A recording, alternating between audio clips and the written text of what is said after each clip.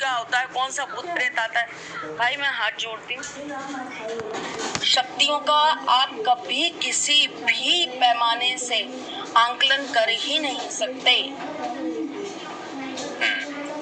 तो मैं आ रही हूँ वापस इस बात पे कि वहाँ पर बलि प्रथा क्यों है और क्या माँ कामाख्या को बलि देना सही है, क्योंकि वो तो माँ है, वो किसी की बलि लेकर कैसे खुश हो सकती है।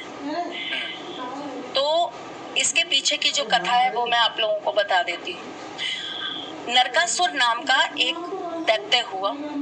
ये नरकासुर जो था वो भगवान विष्णु ने जब वराह अवतार लिया था तब उनका जो विवाह है वो भूदेवी से हुआ था। तो ये वराह अवतार और भूदेवी के पुत्र जो है वो नरकासुर था। ये जो नरकासुर है इसका पालन पोषण राजा जनक जो माँ सीता के पिता थे उन्होंने किया था। नरकासुर को बताया गया था कि माँ कामाख्या जो है वो उनकी देवी हैं और उन्हीं की पूजा पाठ करने से उनको बल, शक्ति, ज्ञान, सब कुछ, ऐश्वर्य, सब कुछ प्राप्त होगा।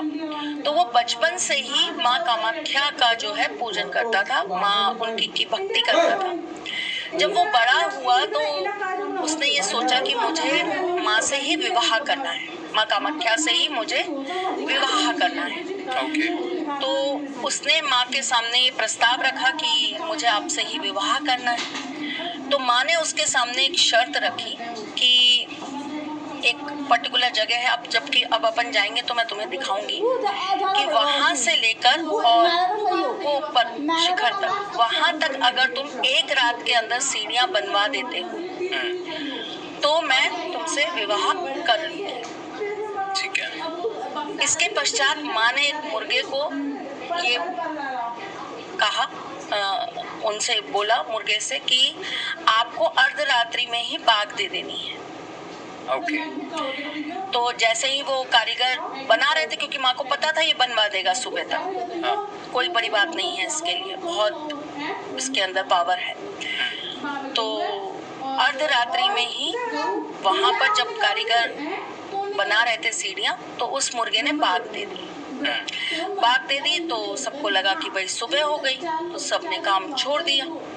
जब नरकासुर को ये बात पता चली तो नरकासुर ने उस मुर्गे को मार दिया, ठीक, और माँ को कैद कर दिया ओके।